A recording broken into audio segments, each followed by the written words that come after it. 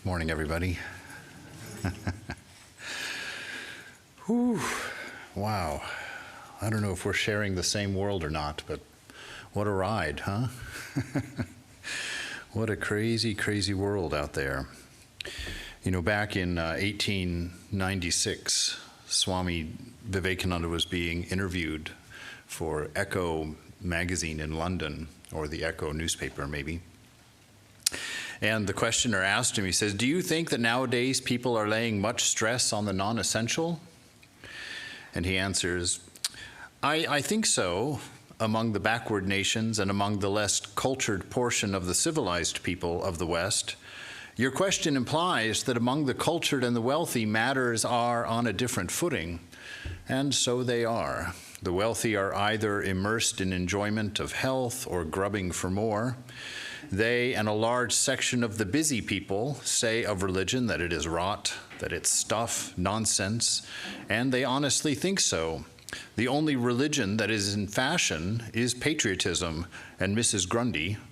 People merely go to church when they are marrying or burying somebody.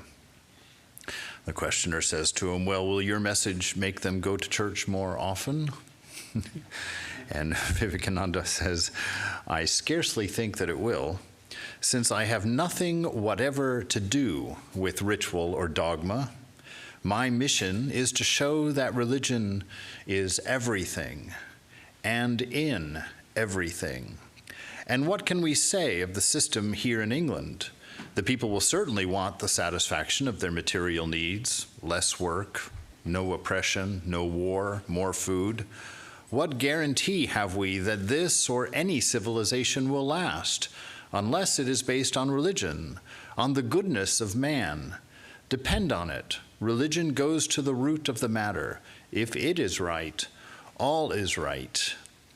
This is an amazing statement, and amazingly apropos, actually, when you think of it, because, you know, for the first time in my life, I'm wondering if my own civilization is going to last, wondering if things are going to stand.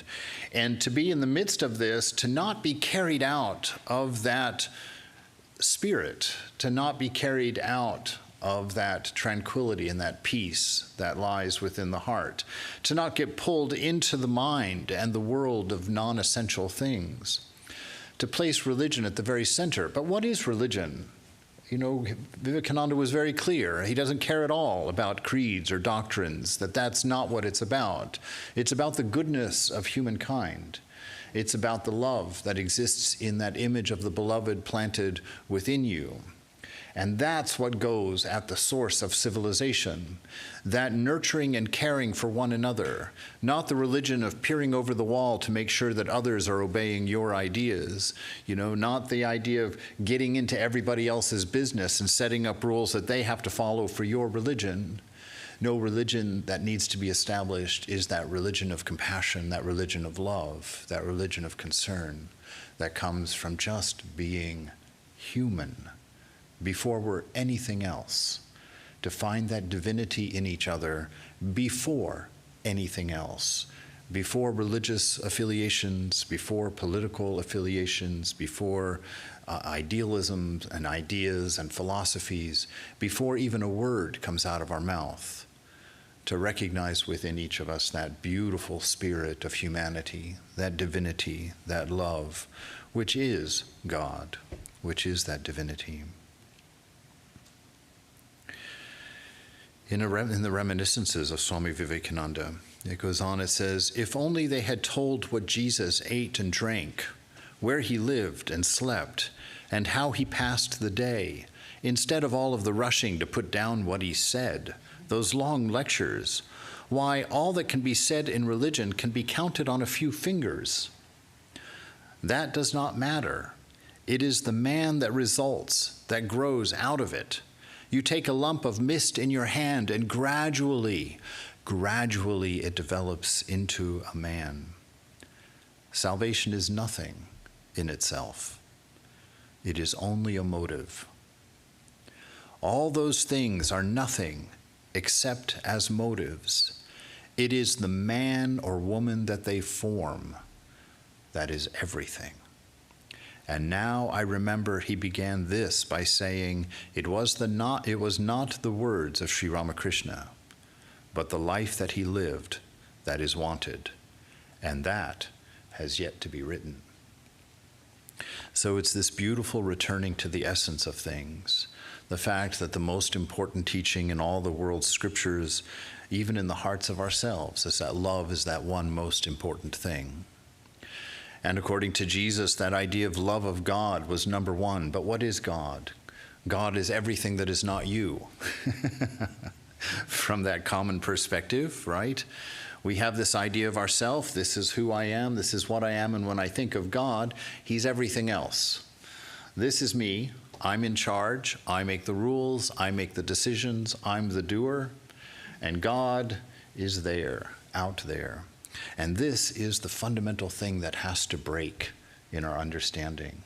To break that barrier, that separation, it's what has caused us to really stress the planet, or to bring it to the brink, is because of that separation, the idea that we're not a part of this singularity, that we're not a part of this wholeness, that the health of the planet is not our own health, that the health of our neighbor is not my own health, that the well-being of the poor is not my well-being.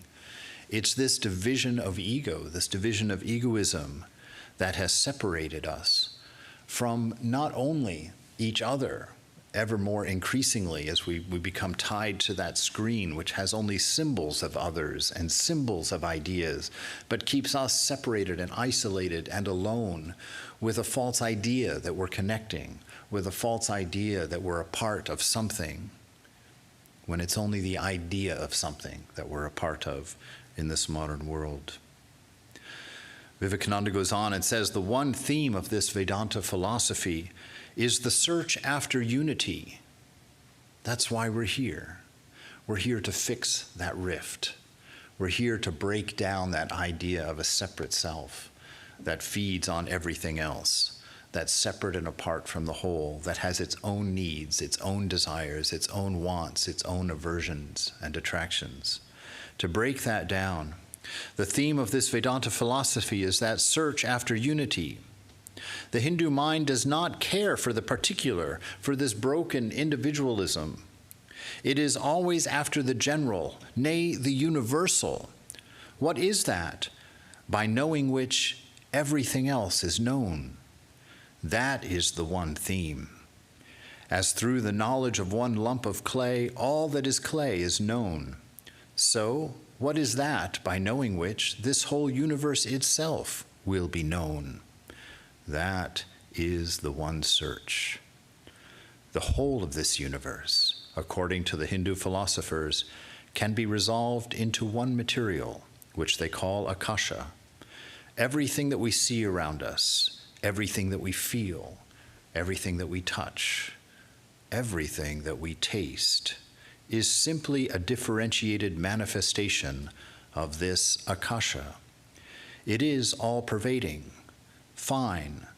All that we call solids, liquids, or gases, figures, forms, bodies, earth, sun, moon, and stars. Everything is composed of this Akasha.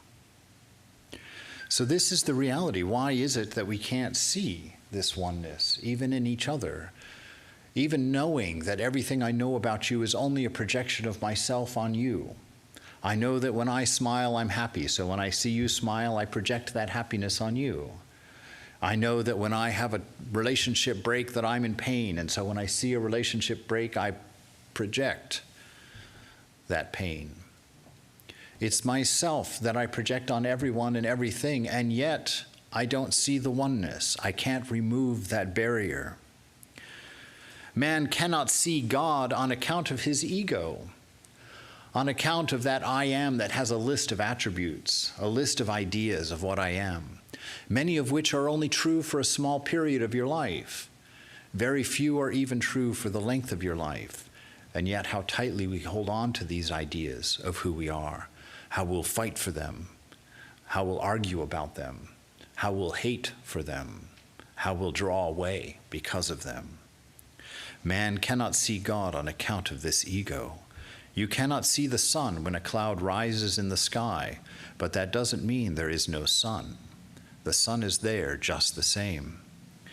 This idea of that separateness, this idea of that ego blocking out our vision of the whole. And it's an amazing thing, because if you go online and you look at the comparison of the different sizes of stars, first of all, they start actually in this little video that I saw of the picture, the image of the Earth next to the sun, and we're literally a period on a page next to this giant ball of the sun. But by the end of the investigation, they've gone and there's this star called Betelgeuse out there somewhere, that our sun is a period next to the size of that sun.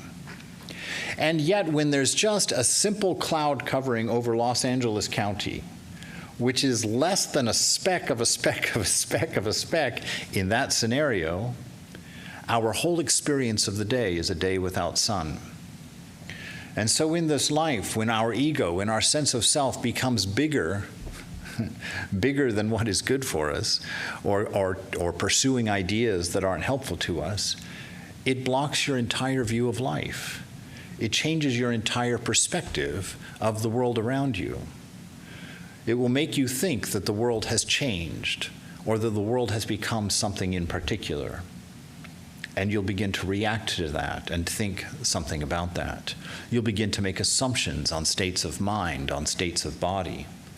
Things that aren't true, things that aren't valid. You'll assign meanings to actions of others that are unreal. And you'll react to them. You'll get angry at them. You'll hold it against them. You'll refuse to speak. How do I know this? Because I suffer for these things myself. I know these things. I feel these things, and I hurt because of these things. And it is the one thing that we come here to overcome, that we come here to know, that we are one with each other, that there is a love that exists between us. There is a deep feeling that exists between us, simply because of that nature within. And if we could learn to see that in ourselves, that's what we would project on others. And we would experience that unity. We would get that fuzzy little cloud out of the way so that an inconceivably large sun could shine, could brighten our mind, could brighten our life. He says about this ego, he says there's no harm in the ego of a child. So it's not that we have to eliminate ego. Quite often in philosophy, we'll talk about that idea of being completely egoless. We have to completely make ourselves devoid of ego. Sri Ramakrishna said he tried that many times. And the part of it was that when he went looking for the ego, he found that there was nothing there. The ego is a concept, just like everything else in the mind.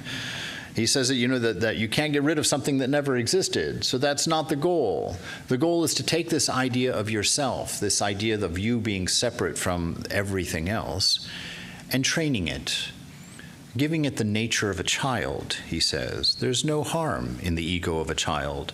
On the contrary, this ego is helpful. Greens are bad for the stomach, according to that day and time. But hinche is good, a type of green. So hinche cannot properly be called greens. He has another questionable idea here, that sugar candy likewise cannot be classed with other sweets. Other sweets are bad for your health, but not sugar candy. So we laugh at that. But in my own short life so far, I've seen coconut oil go from something that you shouldn't touch or even look at, let alone taste, to being something that you should add as a dietary supplement to your day. The world, these ideas, all these things change. And that's the importance of detachment. That's the importance of being able to grow. That's the importance of being able to learn.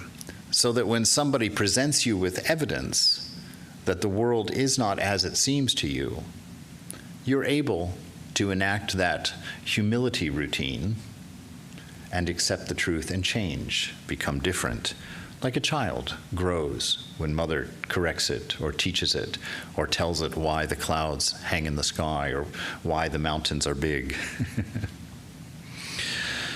So Sri Ramakrishna is going on and talking, and he's saying to Keshab, if I tell you more than I have, now it's important to know, Keshab was in charge of the Brahmo Samaj, this religious movement within Calcutta during his time there. It was a rather large organization, and it was kind of, from my understanding of it, taking a lot of the characteristics of Christianity and kind of projecting it on Hinduism, and presenting it in much the same way. And Keshup and Sri Ramakrishna were very close, so Ramakrishna wasn't having any issues with what Keshup was doing. But he says to Keshup, if I tell you more than I already have, if I teach you more about this unity, about this Advaita Vedanta, you won't be able to keep your organization together, because the separation of your organization won't be meaningful to you. Its rightness won't be meaningful to you. Your insistence on needing to teach others about it won't be a priority to you. You won't be able to hold it together. And that frightened him. Then I said to him, there is no harm in the ego of a child or the ego of a servant. So adopting for yourself this sense of ego that is oriented toward service, toward caring for others, which means that the ego is not its own motive for you.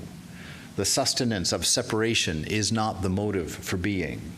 Demonstrating that you're good, demonstrating that you're smart, demonstrating that you're rich, demonstrating that you at least look young, demonstrating that you are in fine physical form. All these things that we make our ego about are the damaging things.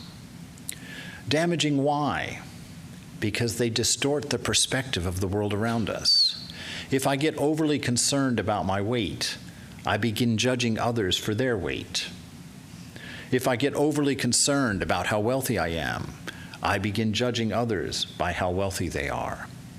All of these things creep in, and if you are living for ego's sake like that, you become more and more separate.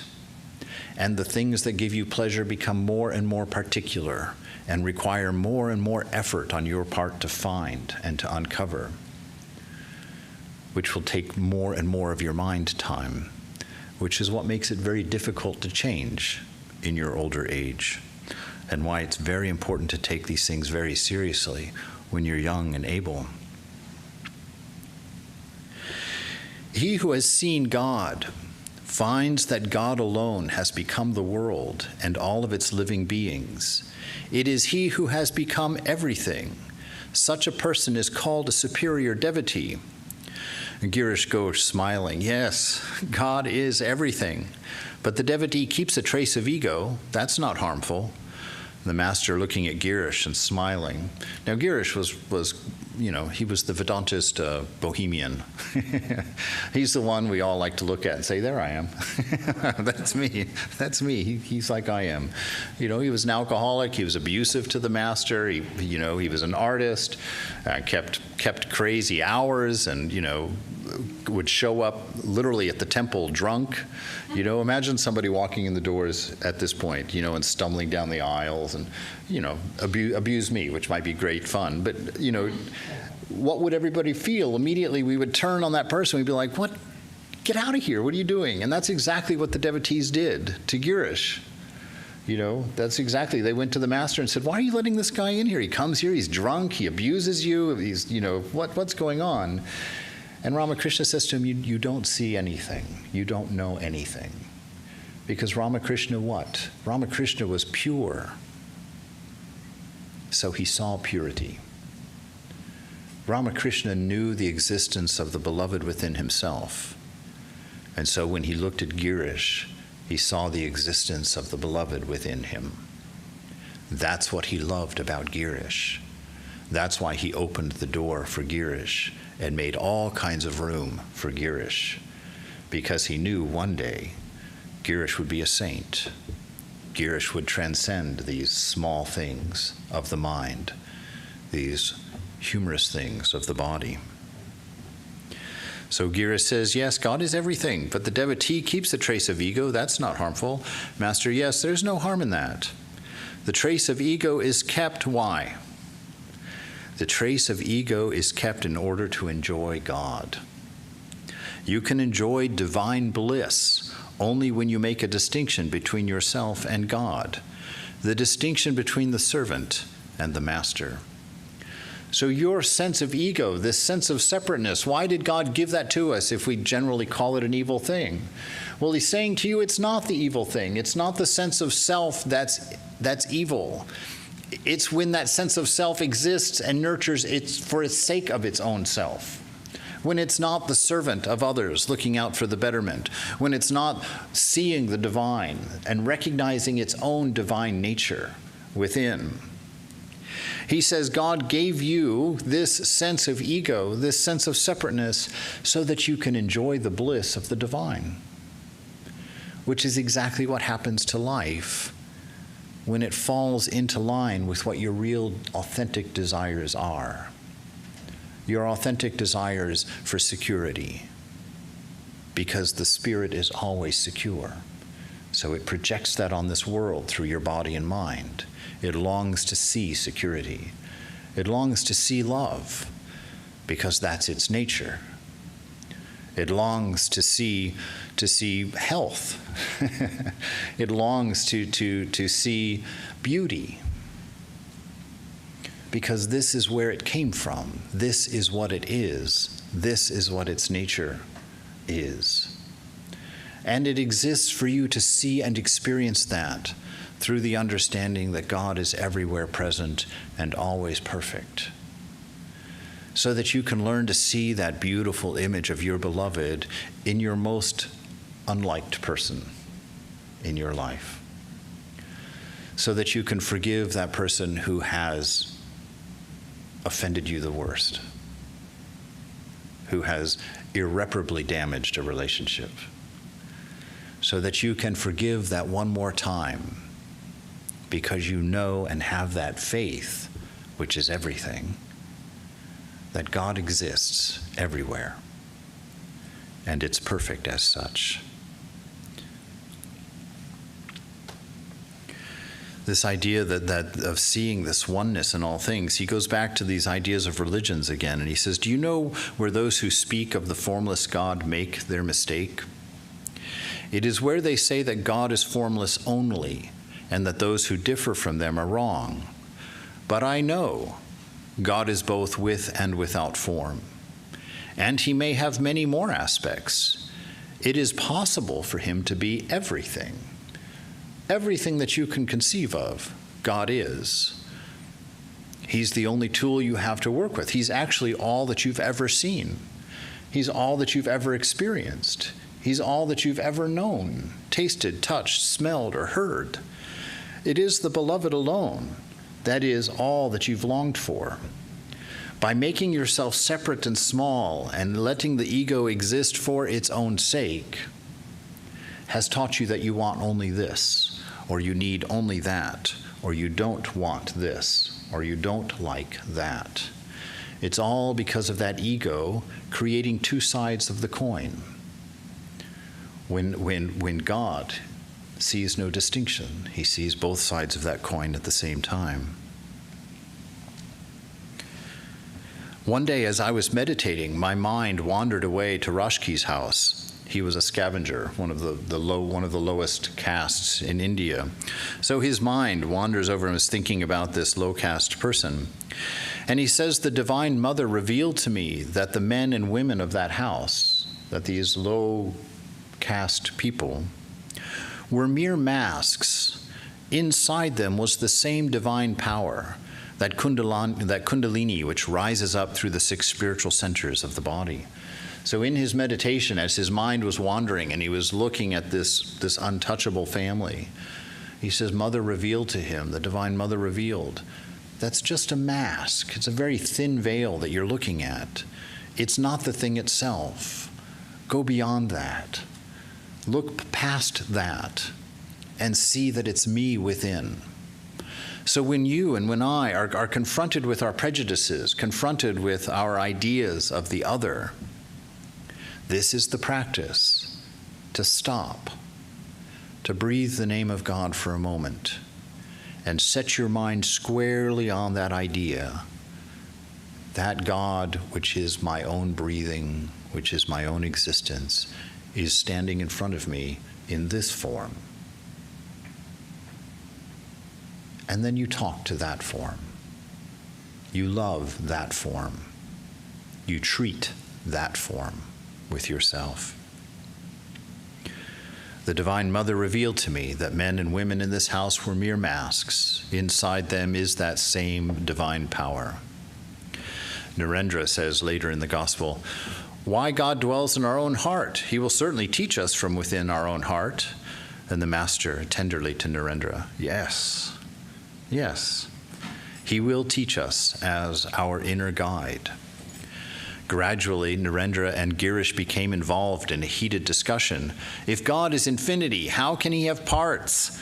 What did Hamilton say? What were the views of Herbert Spencer or Tyndall or Huxley, and so forth and so on?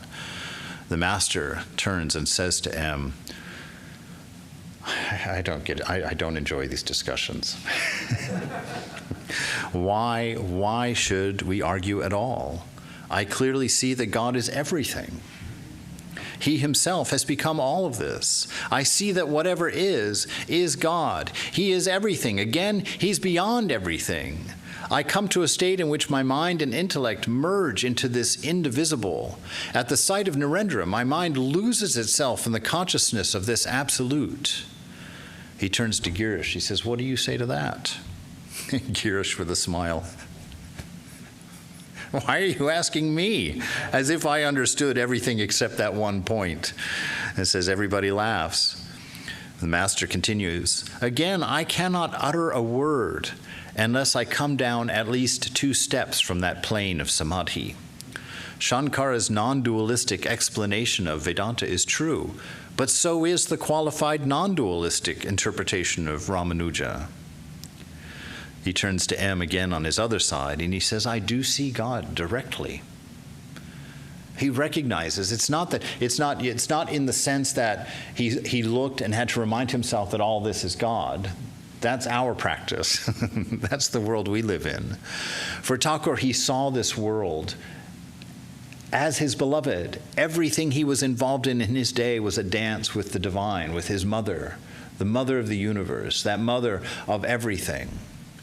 That was his reality. He saw it everywhere. And that's for us to do, to go through this practice and to see each other. When we hear these arguments about all these things, we don't get in there and think, oh, what does Vedanta say? Oh, you know what? There's not that, this, that. No, you're wrong on that. Oh, you need to grow on that. Not like that at all. Where do we go? Not to, oh, what does the Vedanta say? We go to what we know. God is everywhere present, always perfect. Those are God's opinions through that mind and through that body, which are just small coverings of an infinite reality of love, of intelligence and being. But without awakening one's own inner consciousness, Thakur says, one cannot realize the all-pervading consciousness. How long does a man reason? So long as he has not realized God. But mere words will not do. As for myself, I clearly see that he himself has become everything. The inner consciousness must be awakened through the grace of God. Through this awakening, a man goes into samadhi.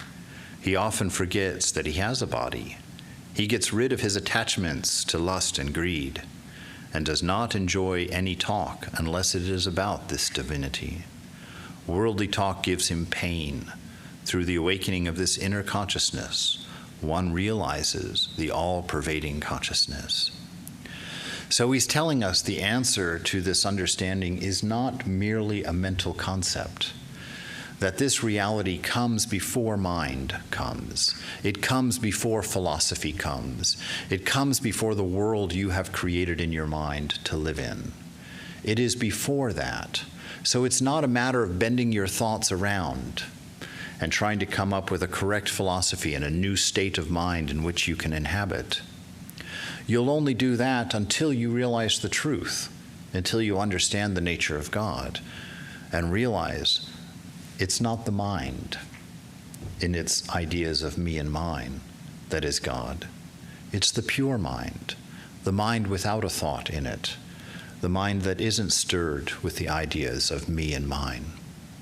That calm and placid mind allows the moment to come to the forefront, the reality of simply being here and not being in the story of your life. Being in this moment and being aware of the peace and the beauty and recognizing the presence of God around you. and not being caught in the story of the stress that you're experiencing, the story of your emotional dilemma that you're going through, the hope of what you're trying to achieve at the office for tomorrow or for next year, setting up the vacation plans and thinking about the last vacation plans.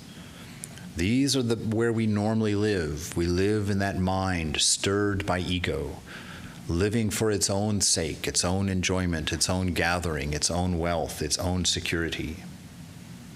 It's abandoning the idea of an ego self based on service, or an ego space based on the purity and simplicity of a child who's fully present, enjoying what's there.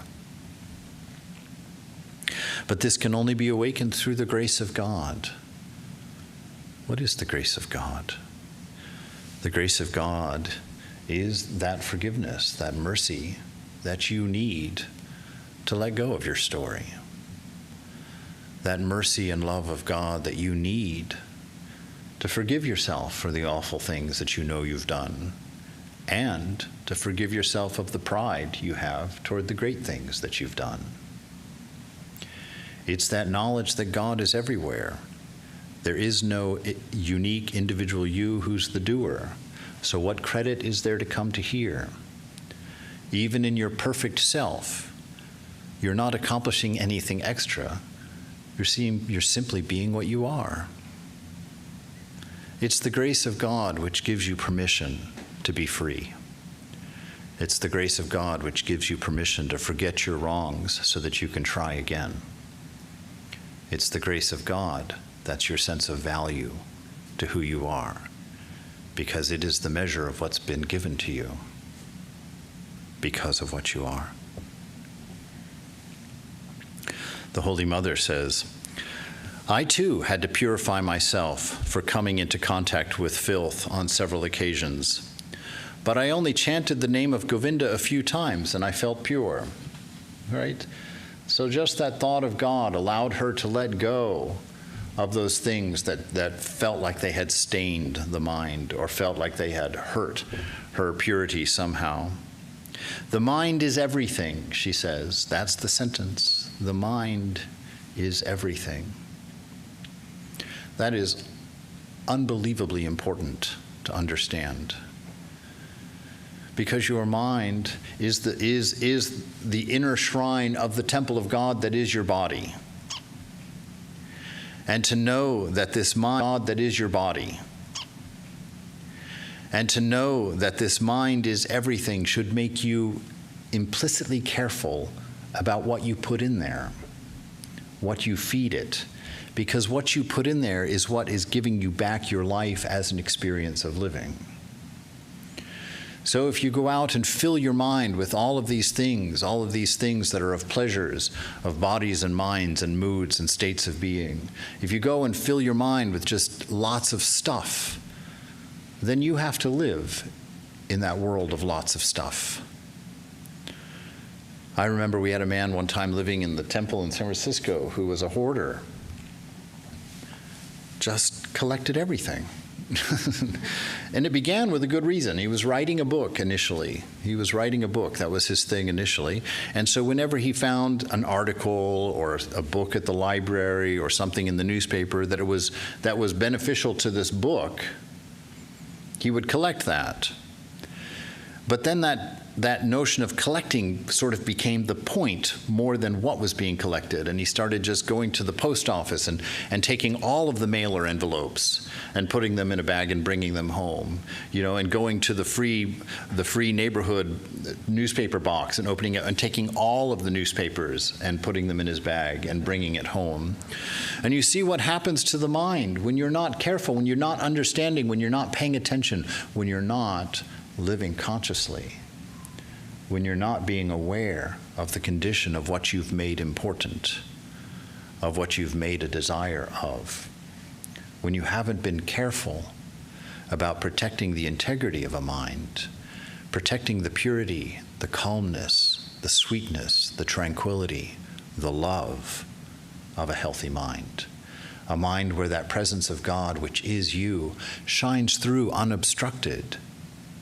and comes out as an ego of servant or an ego of child, if the mind has been carefully maintained. And if the mind has not been perfectly maintained, it's all right. You soak it in grace. You soak it in the thought of love. You soak it in the thought of humility, the thought of beauty, the thought and name of the beloved, who it really is. And when your mind is thinking and it's talking to you, it's using words that it carefully chooses, because who is it addressing? It is addressing God. That which is watching your mind and hearing your thoughts, it isn't just some other form of your ego. That is the self. That is God herself. So the mind should be very careful about the way it addresses the self. You should be very careful in the words that you let your mind use to talk to you. Even though you don't know that you may be God or is God, you still need to understand through faith it is God. It is that divinity. And you should choose your words carefully. The words in your mind toward yourself should always be respectful, should always be helpful, should always be hopeful, should always be encouraging. They should never tear you down. They should never make you feel small. The mind is everything. It is the mind alone that makes one feel pure or impure. A man, first of all, must make his own mind guilty, and then alone can he see another man's guilt. Does anything ever happen to another if you enumerate his faults? It only injures you, Mother says. This has been my attitude from childhood. Hence, I can't see anybody's faults. If a man does a trifle for me, I try to remember him even for that.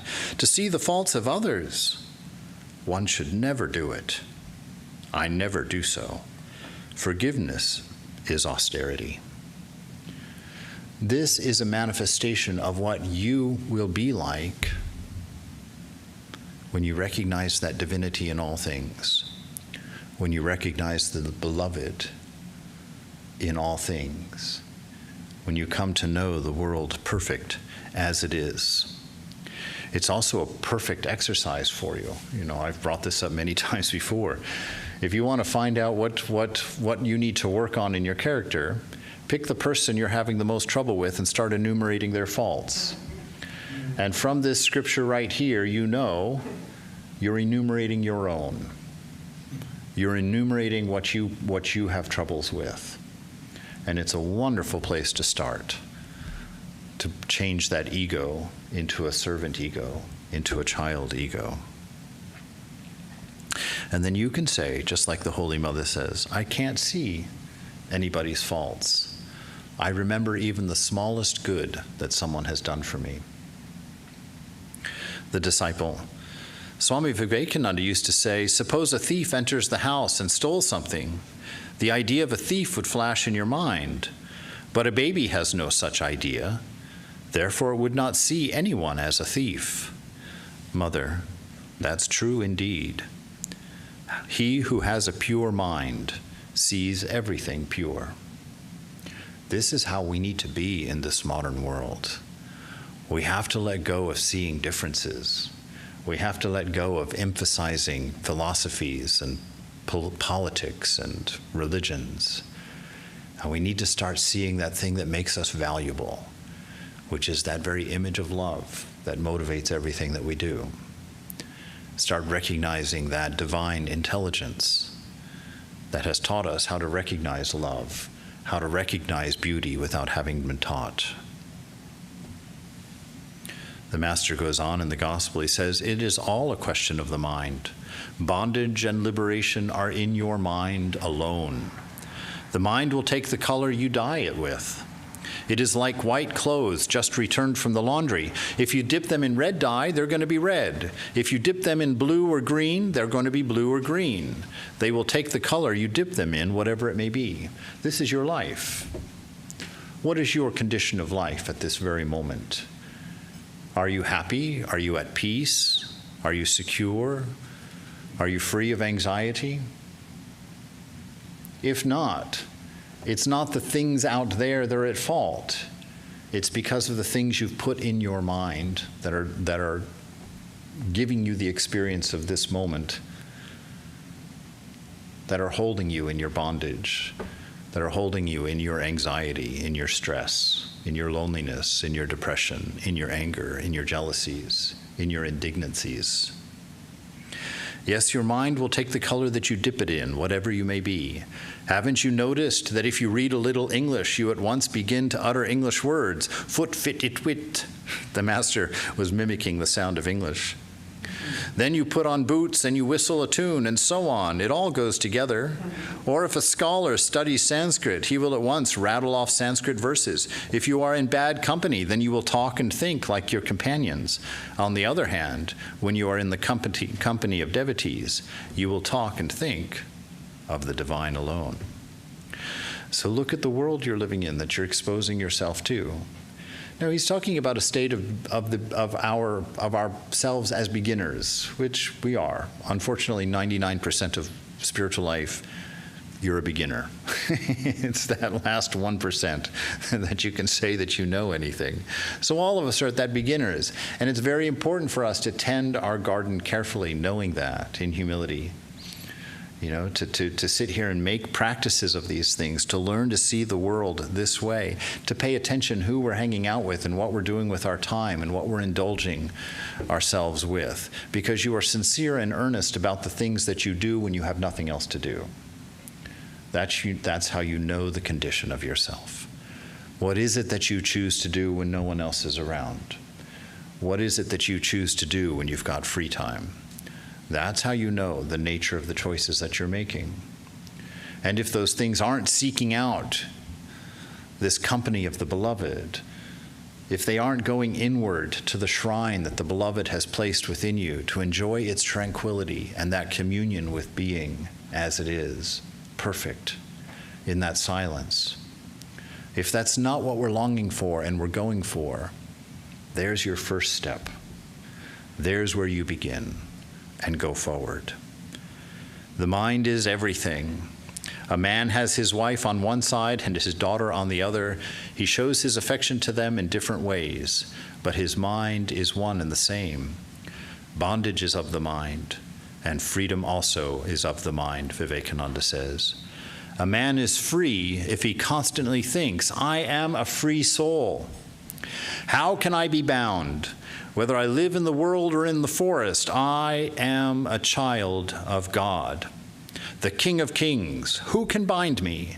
If bitten by a snake, a man may get rid of its venom by saying emphatically, there is no poison in me. In the same way, by repeating with grit and determination, I am not bound. I am free. One really becomes so. One really becomes free. This is Vivekananda. One really becomes free. What are you doing when you do that? You are emphasizing what you know through faith of your nature. I am Satchitananda. I am love itself. I have never been born and I have never died. This is a story that I'm telling about love. I'm watching the movie of my life, and I'm projecting all of what I've brought to the picture on the screen myself and giving it meaning. But with grit and determination, I sit there knowing I'm in a movie theater. This is not the reality. The reality is what is behind it. Once someone gave me a book of the Christians. And I asked him to read it to me. This is Ramakrishna talking. It talked only about sin. To Geshub, he says, sin is the only thing one hears at your Brahmo Samaj too. The wretch who constantly says, I'm bound, only succeeds in being bound. He who says day and night, I'm a sinner, verily becomes a sinner. And without judgment, don't we see that in the world around us? You know, if you think low like that, if that voice inside isn't honoring the divine within you, if that mind is not properly respectful and encouraging toward you, the self, you will fall. The mind by its nature, Mother says, goes down. It goes out toward the senses. It goes out toward the body. It has to be silenced and quieted and nurtured to go within, to see that light behind it, and to stop being so enamored of its own thinking, enamored of its own ideas, enamored of its own motives. In The Power of Now, Eckhart Tolle answers a question: what is the greatest obstacle to experiencing this reality? How do we get to be like Sri Ramakrishna or Holy Mother, who can say, God, I've never seen anybody's faults at all. I can't even do it. How do we become like that? Eckhart Tolle says, identification with your mind, which causes thought to become compulsive. Not to be able to stop thinking is a dreadful affliction. But we don't realize this because almost everybody is suffering from it. So it's considered normal. This incessant mental noise prevents you from finding that realm of inner stillness that is inseparable from being. It also creates a false mind-made self that casts a shadow of fear and suffering. That inability to stop thinking, that inability to stop analyzing and simply be present. It's not that there's anything wrong with thinking. The problem here is that you're not in control of it. The problem is that it has become so compulsive for you, you can't stop thinking because you identify with it. You've begun to call it my own. This is my thought, my world, my thinking, my philosophy, my understanding, my education, my intelligence. When all of that is before mind. All of that is in the divine potential of your own being. It's not in the mind. The mind was meant to be still, to reflect the totality of God, not to be stirred up by thoughts of me and mine, which ultimately end in suffering and selfishness. With what pride Vivekananda would remind the listener that, according to Hindu savants, the whole universe is only the meaning of words. After the word comes the thing. Therefore, the idea is all. So he's really taking it to that subtle level, abstracting it out, saying this world, what we know of the world, it's only the meaning of words. It was produced by vibration. It was manifested by you. The condition of your world is in your own mind.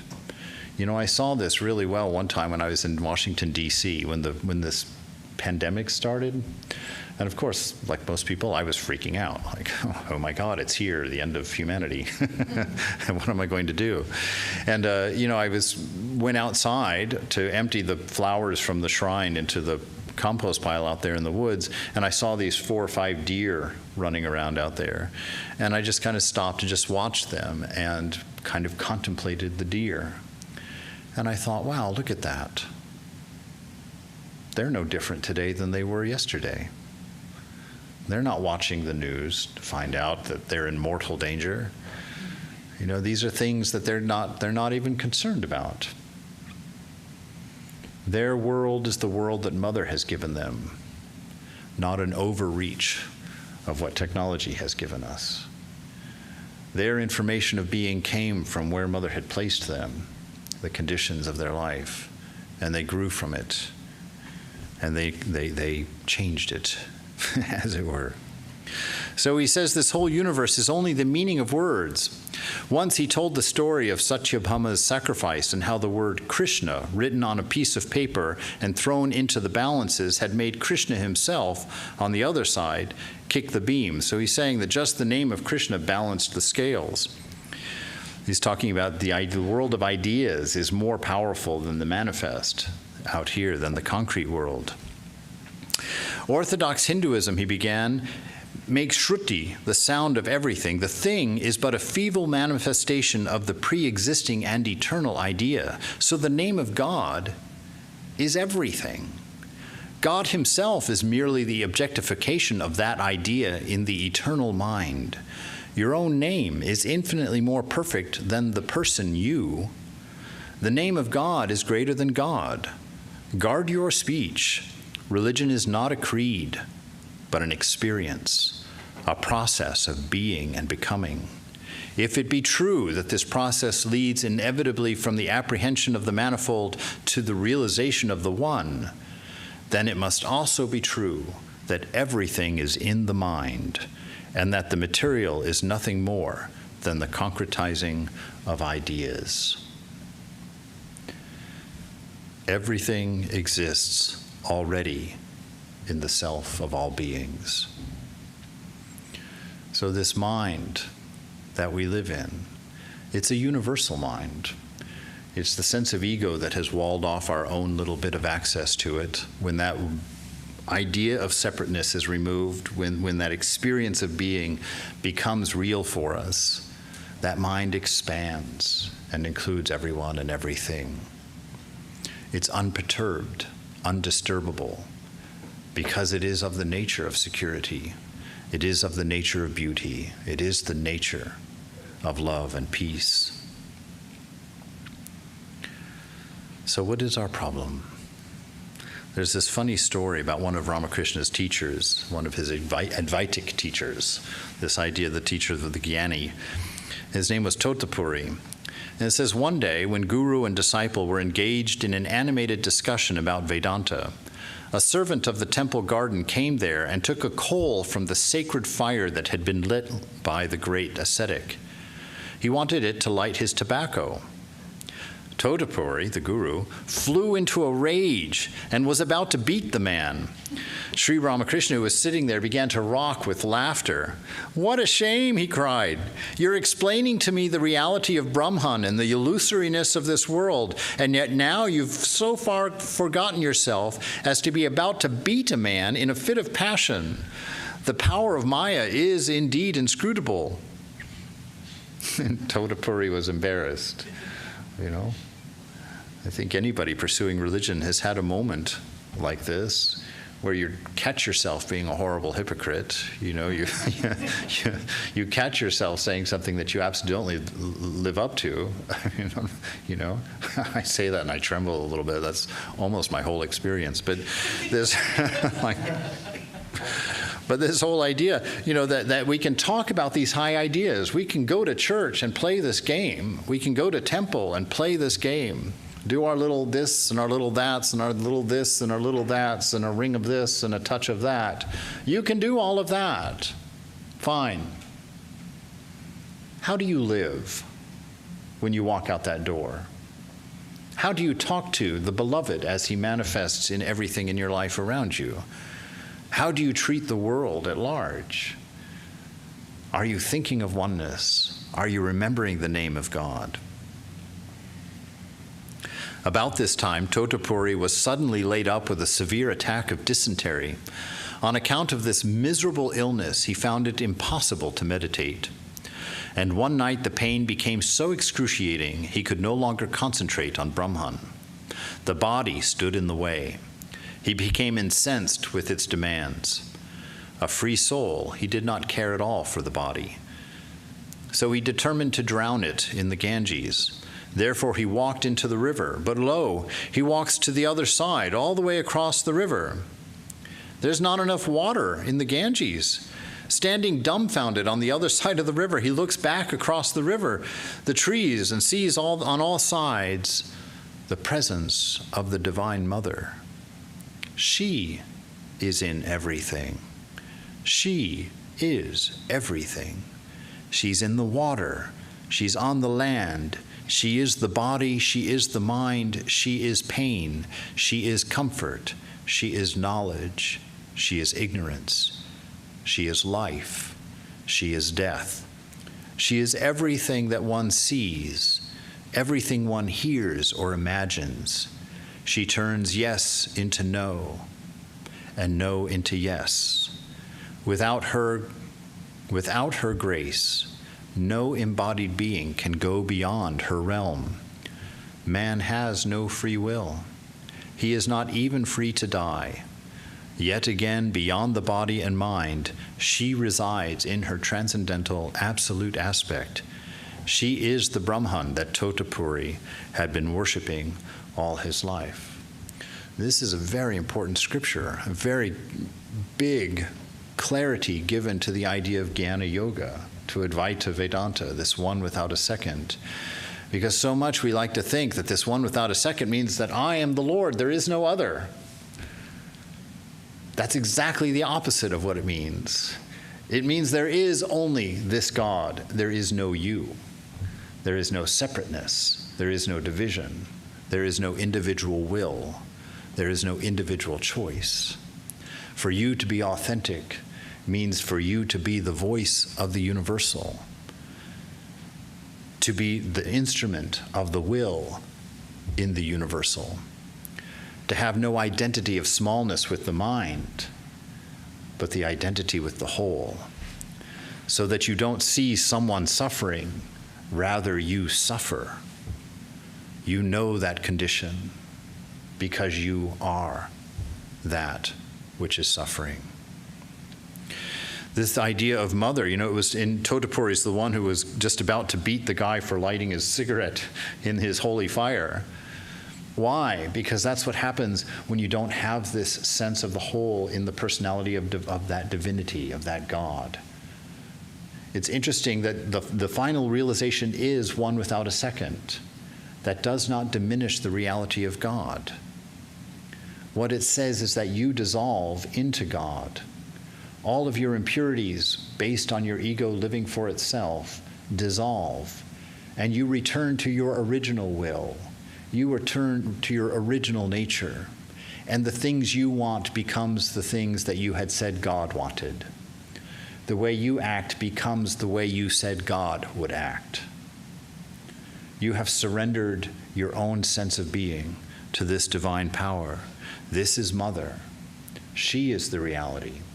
She is that which in everything dissolves to oneness.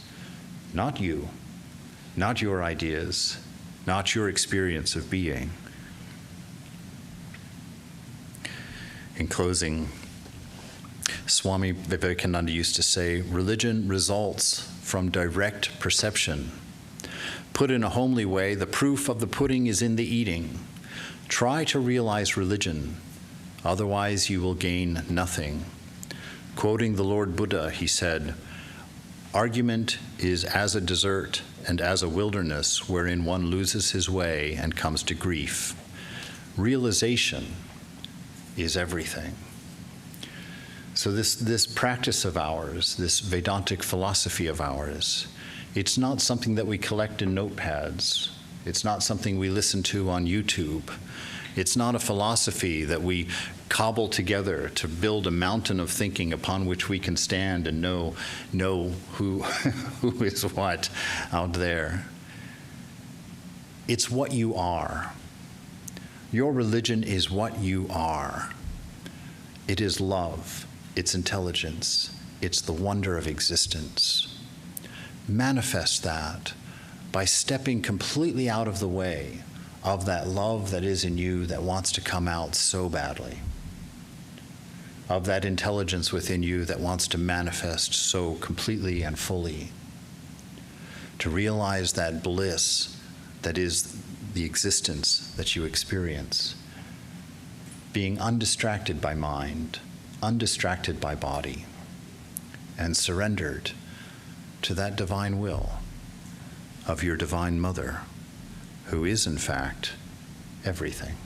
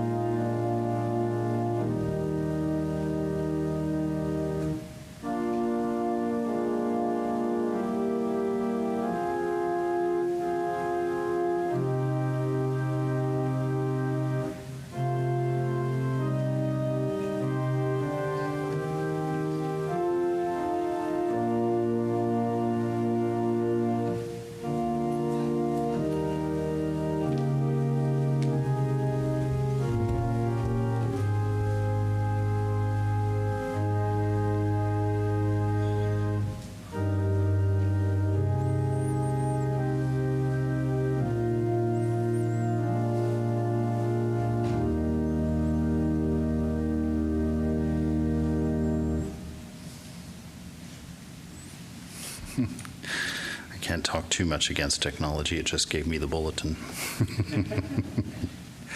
All right, so next week, Swami Sarvapriyananda is going to be here. He's going to speak on the field and its knower next Sunday. There will be class on Tuesday at 4:30 on the Srimad Bhagavatam by Swami Sarvadevananda. No class on the 12th. Tuesdays at 7:30 this week, there will be class on the Shanti Gita, again by Swami Sarvadevananda. And Wednesday, there will be a class on the Gospel of Sri Ramakrishna. So come and be a part of those. Of course, I always like to remind you, this is your temple to the divine, and it's just simply an external representation of the temple that you are. So as you use your body and mind to find God and to find these truths, to come to their realization, use this place. It's your own. Come here and talk to the monks. Come here and spend some time quietly thinking of the divine. Come here and experience the tranquility of this space, which is quite unique, I find anyway, for helping with all of that. And practice that ego of servanthood. Come and be a part of the efforts to love and to care without condition that this place is trying to build. With all of that, I'll be outside there afterwards. We can chat if you have any questions or ideas. And with all of that, I hand you back to the Divine Mother. May we see her and know her. May we be dissolved of our selfishness and our separation and find that peace of unity, that tranquility of being, that beauty of the divine. That really is everything that we ever have been. Jai Ma, Jai Thakur.